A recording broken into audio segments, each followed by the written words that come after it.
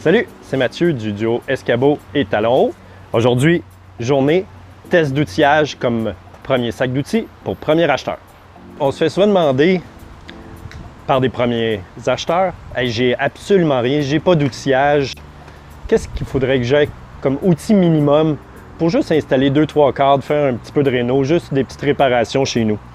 On a fait une liste, on s'est dit quels sont les outils de base que tout le monde devrait avoir. Traditionnel marteau, les pinces avec un espace pour couper, la petite clé à molette ajustable et le tournevis avec les embouts multipointes. On s'est dit qu'avec ces 4 outils-là, on était capable de partir correctement pour faire les petits travaux de base qu'on voulait faire. On s'est dit, on s'est mis comme défi avec un budget de 50$, qu'est-ce qu'on était capable de trouver? On a trouvé un kit chez Ikea, un kit Black & Decker chez Renault Dépôt, Rona, puis un kit chez Dollar Max, Dollarama de ce monde. On a fait nos lectures avant l'utilisation du kit Ikea et c'est bien important de toujours utiliser du matériel de protection. Laissez-moi aller me préparer, je reviens. Excellent, je pense que je suis en business, fait que j'ai suivi exactement la lettre ce qui est écrit sur le guide Ikea.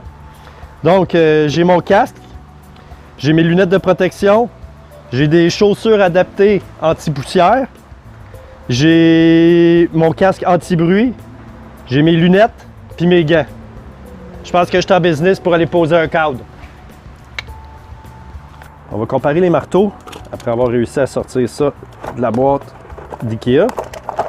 Chose que j'ai bien aimé en ouvrant la boîte d'Ikea, ils ont mis un petit protecteur en caoutchouc, ce qui permet de protéger ta tête de ton marteau si moindrement tu as à cogner sur une partie qui est un peu plus fragile ou quelque chose que tu veux protéger sans faire de marque de métal avec ton embout métallique. Je trouvais que l'idée était bonne.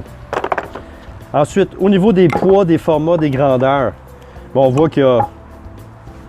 voit qu'on a 3 grandeurs différentes.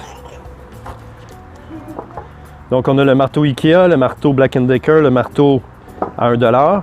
Fait qu'on faisait un petit test de martelage, juste comme ça pour le plaisir. Fonctionne bien. La tête est beaucoup plus petite à celui-là, il faut vraiment que tu t'enlignes comme il faut. Essayons avec l'autre, Ikea. Beaucoup plus court, Ikea sur ta distance. Ce qui te permet des fois peut-être d'aller dans un coin un peu plus serré. Celui-là, il faut vraiment que tu t'enlignes et le bout est rond. Donc pour moi, là, si j'en avais un à rejeter, ça serait celui de Black & Decker. Celui du magasin de l'art, bien balancé. Je trouve que pour le prix qu'il nous a coûté, à date, ce serait lui que je conserverais.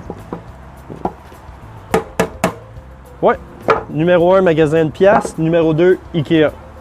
Donc, comme j'ai rejeté un des 2 marteaux, je me suis dit, pourquoi pas un beau petit concours de martelage. Fait que j'ai invité Talon Haut, Magali, viens donc marteler avec moi 2 petites secondes. Fait que pour être sûr qu'elle passe pas à côté, j'ai donné le plus gros des 2 marteaux. Tiens, voilà ton clou. Tu as le droit de 2-3 petits coups de tapochage pour retenir. Quand tu es prête. 1, 2, 3, go! Oh! Hey, c'est bon, j'ai passé juste 2 coups à côté. Bon, comment on fait ça? Ouais. Comment on lire ça maintenant? Ben, OK, on va juste rentrer un peu ces 2-là, puis on va essayer de les sortir par après. OK. Maintenant, sors-les. Oh shit! Oh, c'est bon, vas-y, essaye jusqu'à temps qu'il casse.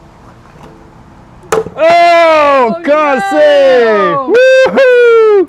Magasin de pièces, c'est de la chenoute! OK. Penses-tu qu'il va casser lui avec du Black & Decker? Je suis tellement forte aussi. Vas-y. Oh! Allez! Wow! Black & Decker a résisté. Donc, on avait rejeté Black & Decker. Finalement, on est obligé de le remettre dans notre sac. On a pété un autre marteau. Bing! C'est la première fois qu'on l'utilise. Ça a pris 2 secondes, il a bendé, il a plié, pouf, il a cassé. Fait que pour nous autres, c'est rejeté.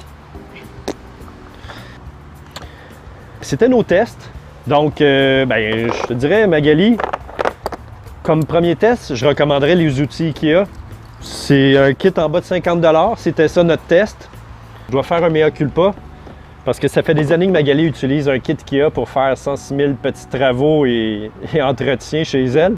Puis à chaque fois que je la vois sortir ses outils de lutin, je ris d'elle. Mais je dois dire que IKEA a quand même des outils qui sont franchement bien fabriqués. Ils ont même pensé aux petits détails jusqu'aux embouts de plastique. Les outils viennent dans des boîtes de rangement. Surprenamment, je pourrais dire que je suis quasiment épaté de leurs outils. Comme premier outil, recevoir ça, ben oui, c'est un go. J'utiliserais ça. Pour en bas de 45$, je ne serais pas gêné. Donc, tu peux continuer à utiliser tes outils, Magali. Donc, c'était Mathieu de Escabeau et Talons Hauts. Prochain test, à vous de nous les envoyer. On va tester ce que vous voulez.